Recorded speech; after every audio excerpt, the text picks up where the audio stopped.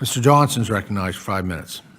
Mr. Chairman, I think one of the things that frustrates so many of us in this town is that the House, most of the activity of the House is focused in one of three areas, either messaging bills that are one-party endeavors, and they're not going to become public law, right?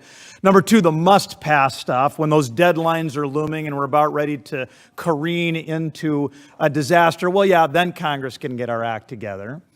And then we do some suspension bills. Those are important, but they are generally not of material significance. It's pretty unusual for us to do something that is important, but isn't a must-pass right now. We're pretty good at kicking the can down the road, right? Well, maybe we'll do that next year. Or, well, maybe after the next election, the numbers will be better and we can do it our way. This is pretty remarkable because it doesn't fit into any of those normal congressional activity buckets. The process, Mr. Chairman, has also been remarkable, and thank you for that. It's been two committees working together with very, very few turf battles. It's been a bipartisan conversation all along. And anybody who wanted to be bored silly by digital assets talk week in and week out has had an opportunity to do so. Hearings or roundtables on a bipartisan basis in February, in April, in May, in June. Discussion draft conversation about an earlier version of this text in May.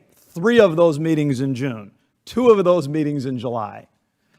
And so here, after an admittedly windy road, because real legislation always has a bit of a windy road, we find ourselves in a position where we're going to be able to do 2 very important things.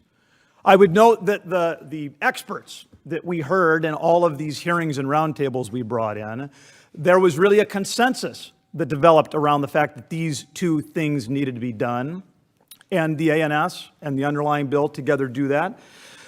First off, we need a cop on the beat. Mr. Scott had noted that there are inadequate consumer protections. Well, let's be clear. Right now, there are no consumer protections. There are some, but there is no real cop on the beat. Some people might think the SEC is doing it. Ladies and gentlemen, they're not.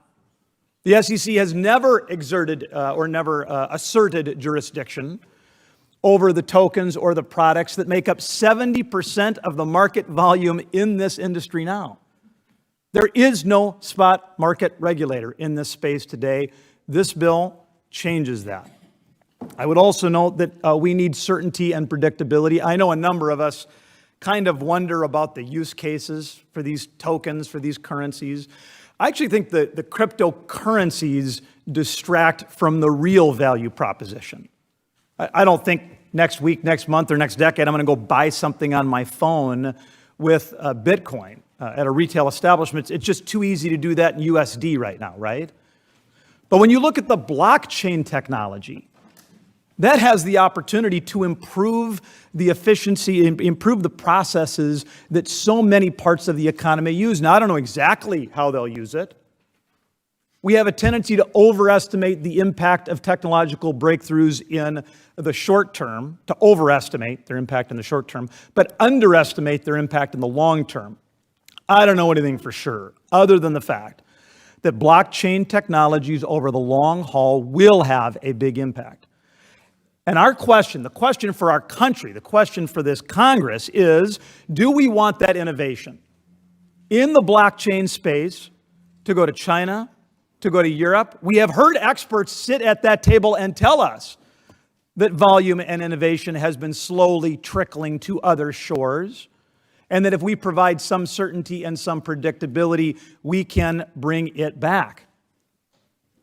I'll talk more about Dr. Caraveo when she offers her amendment, which I do think substantially improves the bill. But just by quick note of passing, I would say, Mr. Scott, thank you for calling out her leadership because she's been tenacious. There are not very many people who like spending time with me. There are not very many of you who, your laughter hurts me a little bit.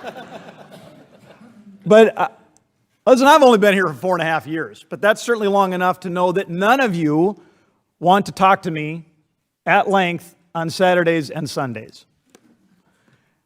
But I would tell you that that's what it took. Real governance, real legislating. So often we come here and we are disappointed when we realize that we're just handed scripts to read. Dr. Caraveo actually brought a group of people together and tried to legislate, and I'm so grateful.